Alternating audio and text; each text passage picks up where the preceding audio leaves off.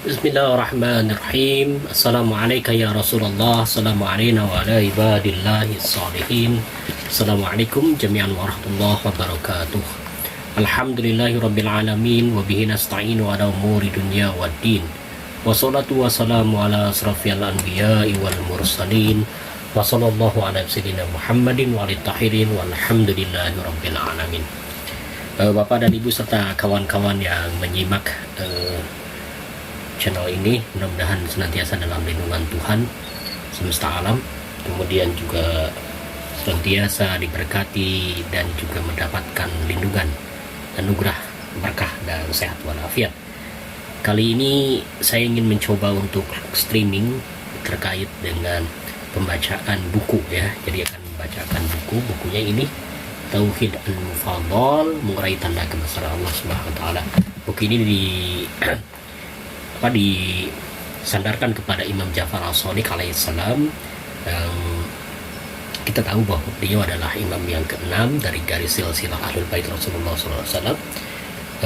Awal mulanya sih beliau itu diminta sama muridnya. Muridnya adalah Mufadhal bin Umar Al-Ju'fi, yang diskusi sama orang ateis. Orang ateisnya bernama Ibnu Abi Auja.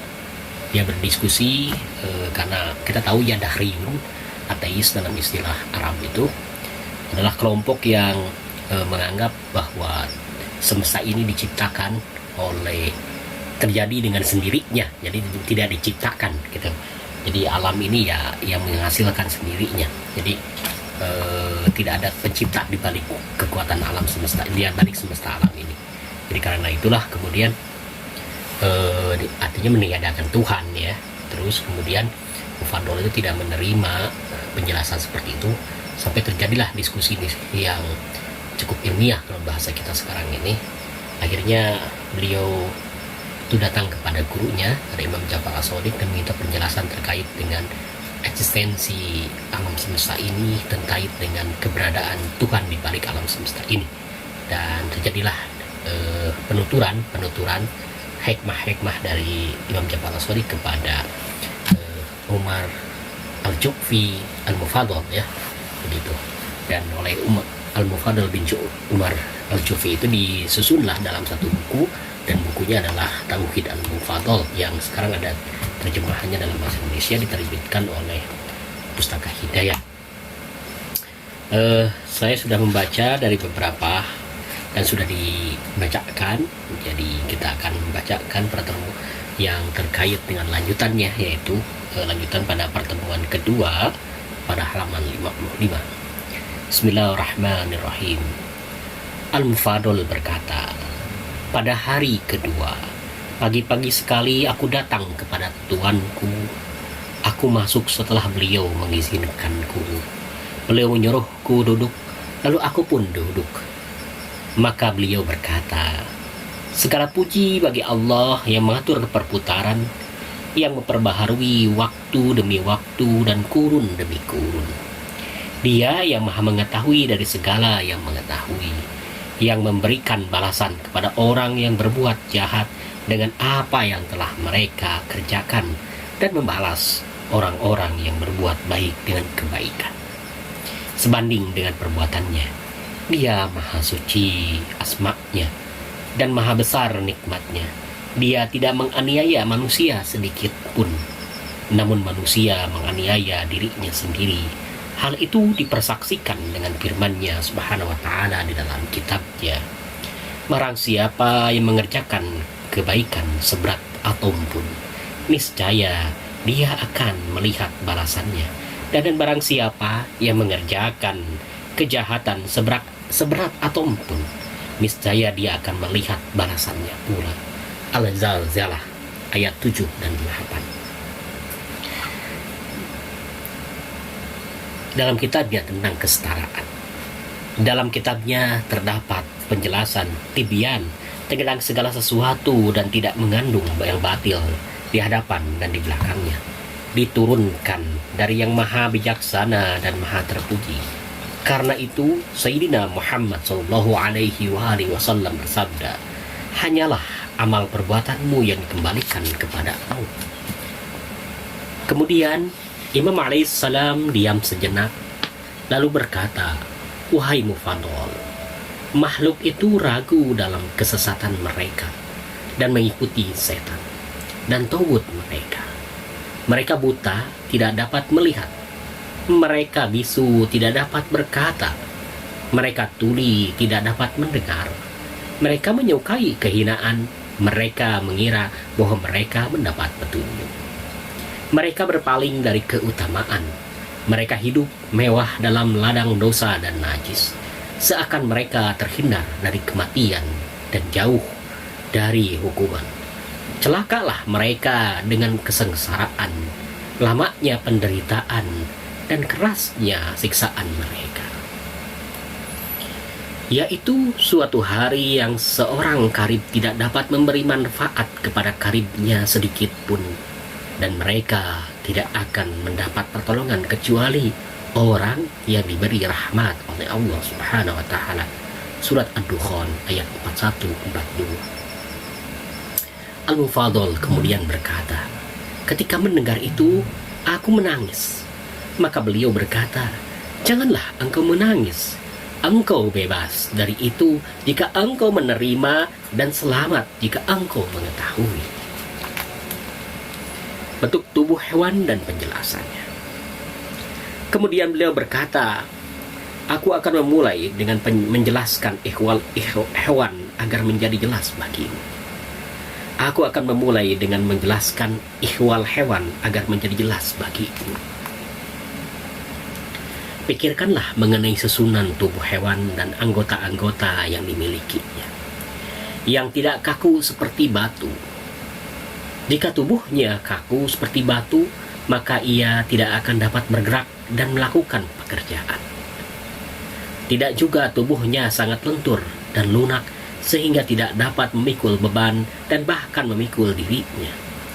Maka dijadikanlah daging itu lunak dan lentur, lalu ditopang dengan tulang yang keras yang dapat menahannya, dan diikat dengan otot dan urat.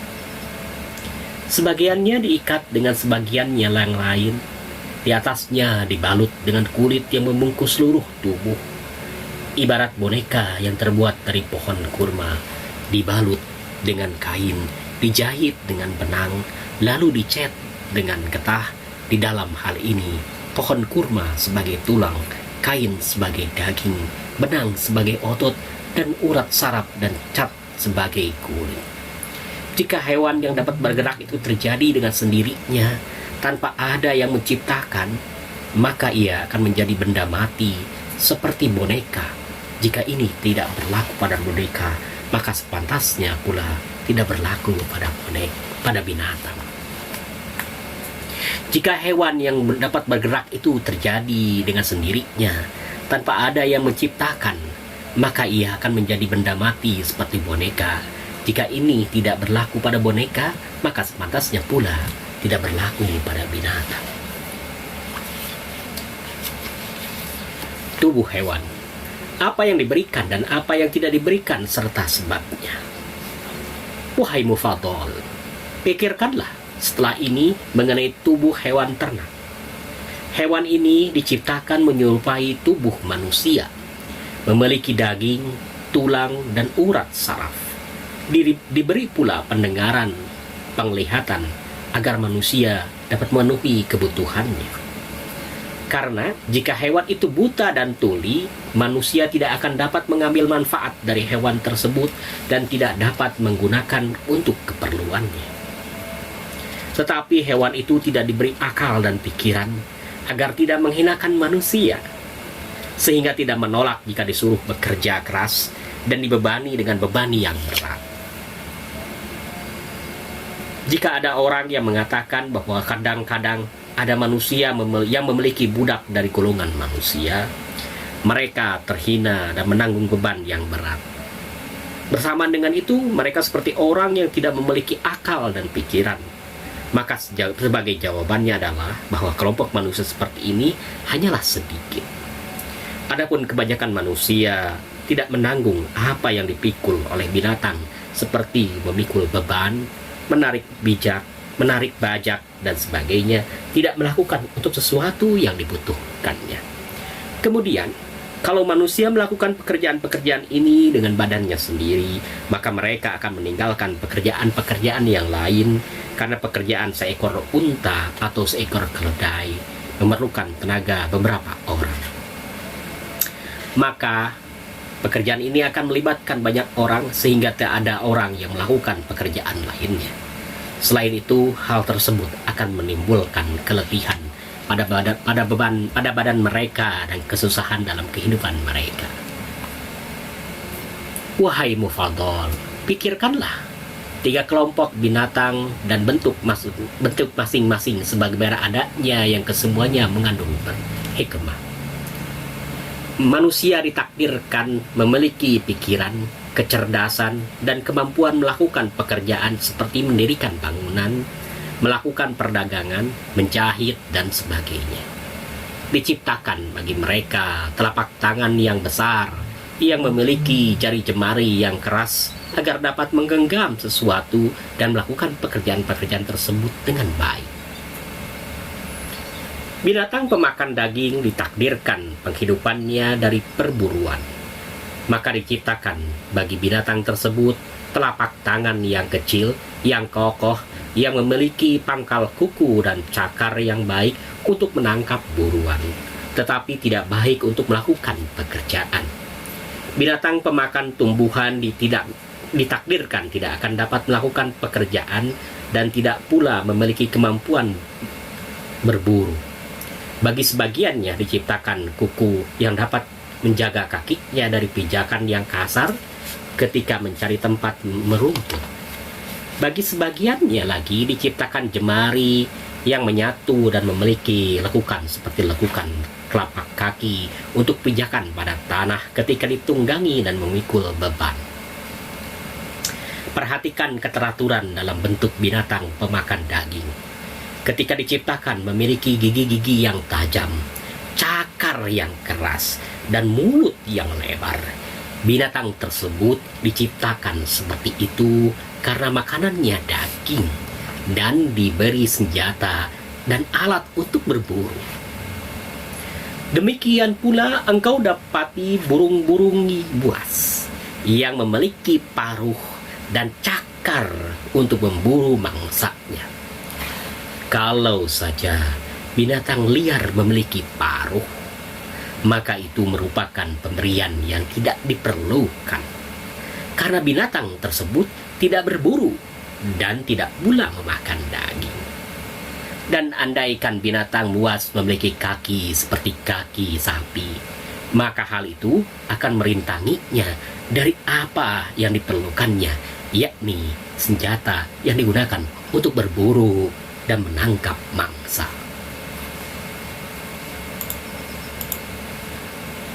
Tidakkah engkau perhatikan bagaimana masing-masing kelompok binatang diberi sesuatu yang disesuaikan dengan keperluannya, bahkan diberi sesuatu untuk kelanggengan dan kebaikannya. Binatang berkaki 4 dan kemandirian anak-anaknya. Kini lihatlah binatang berkaki 4. Bagaimana engkau lihat binatang tersebut mengikuti induknya dengan sendirinya tanpa perlu digendong dan diasuh seperti yang diperlukan anak-anak manusia. Karena itu, induk binatang itu tidak memiliki apa yang dimiliki induk manusia, berupa kelemah lembutan, pengetahuan untuk mengasuh, kekuatan untuk merangkul, dan jari jemari untuk melakukan itu. Binatang tersebut diberi kemampuan untuk bangkit sendiri dan kebebasan diri. Demikian pula engkau lihat kebanyakan unggas seperti ayam dan burung puyuh berjalan dan mematuki sendiri makanannya setelah mereka menetas dari telur.